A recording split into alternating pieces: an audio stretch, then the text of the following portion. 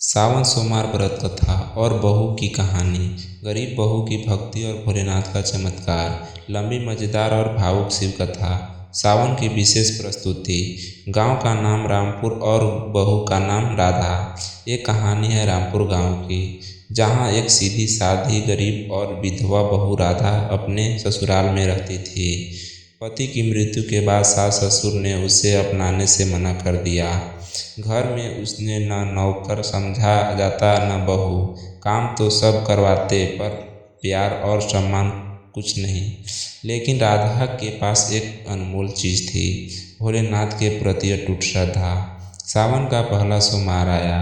गांव की औरतें नई साड़ी पहनकर मंदिर जा रही थी। ढोल कांवड़ आरती सब कुछ हो रहा था, पर राधा फटी पुरानी साड़ी, बिना चप्पल, हाथ में एक मिट्टी का कलश लिए गांव से 2 किलोमीटर दूर शिव मंदिर की ओर चली दी। सबने उसका मजाक उड़ाया, अरे एक गरीब बहू भोलेनाथ को क्या जल चढ़ाएगी, इसे भगवान भी देखेंगे तो हंस पड़ेंगे। राधा ने कुछ नहीं कहा, बस धीरे धीरे मंदिर पहुंची और शिवलिंग पर जल चढ़ाया। उसने भोलेनाथ से कहा, हे महादेव, सबने मुझे ठुकरा दिया है, पर मैं जानती हूँ आप नहीं ठुकराएंगे। इस सावन में हर सोमवार व्रत करूँगी, बिना भोजन के, बिना जल के, और जब तक आप मेरे पुकार नहीं सुनते मैं मंदिर आकर दिया जलाती रहूँगी। तीसरे सोमवार को जब वो मंदिर पहुँची, शिवलिंग पर जल चढ़ाते ही आकाश में शीतल वर्षा शुरू हो गई। गांव के लोग जो सूखे से परेशान थे, वो बारिश को देखकर हैरान रह गए। पंडित जी ने कहा, जिस दिन राधा मंदिर आई उस दिन सावन की असली वर्षा हुई। लोगों को कुछ समझ में आने लगा। अब राधा हर सोमवार को मंदिर की सफाई करती, भक्तों को बेलपत्र देती, खुद दिन भर भूखी रहती और रात में ओम नमः शिवाय का जाप करती।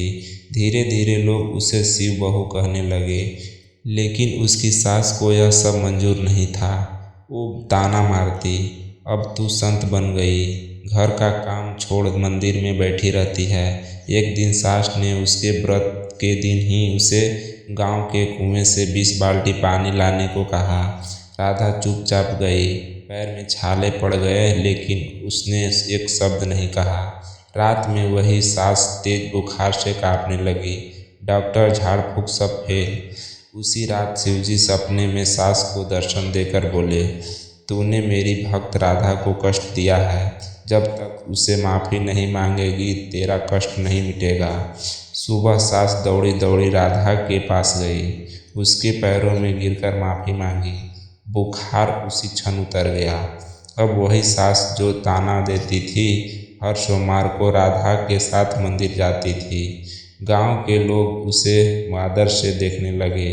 कुछ समय बाद एक धनी शिव भक्त सेठ ने राधा को अपने बेटे की बहू बनाने का प्रस्ताव भेजा। राधा ने पहले मना किया, लेकिन भोलेनाथ के दर्शन में उसे आशीर्वाद मिला। बेटी, अब तेरा दुख का समय समाप्त, तू अब मेरे नाम से एक नई यात्रा शुरू कर।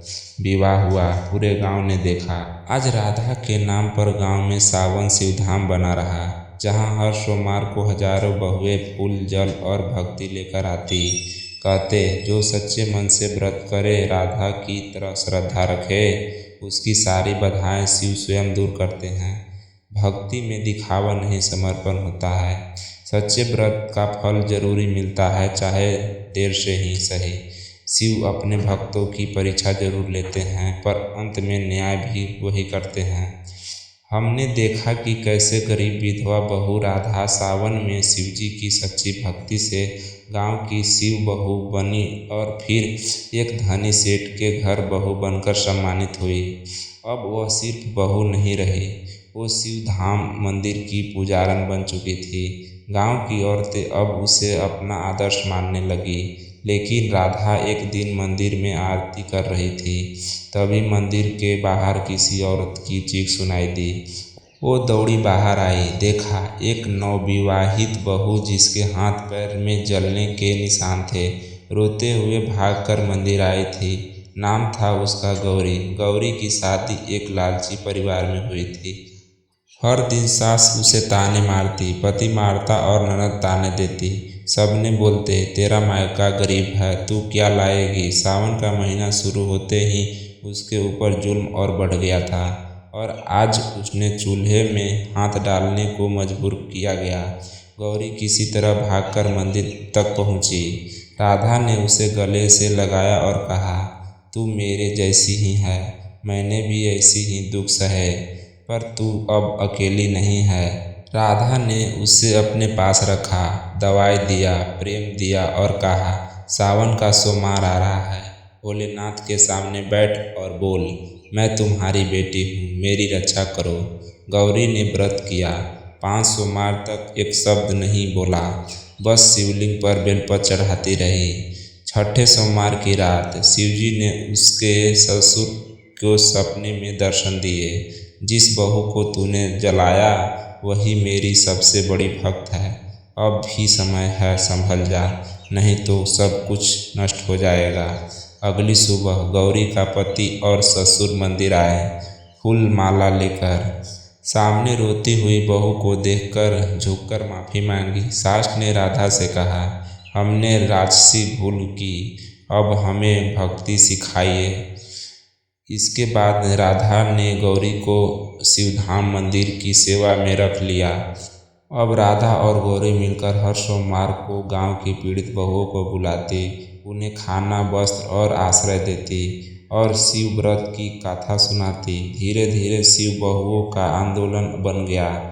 अब हर सावन में एक दिन बहु महाआरती का होती, जहाँ सिर्फ बहुएं आती। गरीब अमीर दुख आनंदित सब हर कोई शिवजी से कहती, हे भोलेनाथ, अब बहुएं अब डरेगी नहीं, हम आपकी भक्त हैं और अन्याय के खिलाफ लड़ेगी, क्योंकि आपने ही हमें सहारा दिया।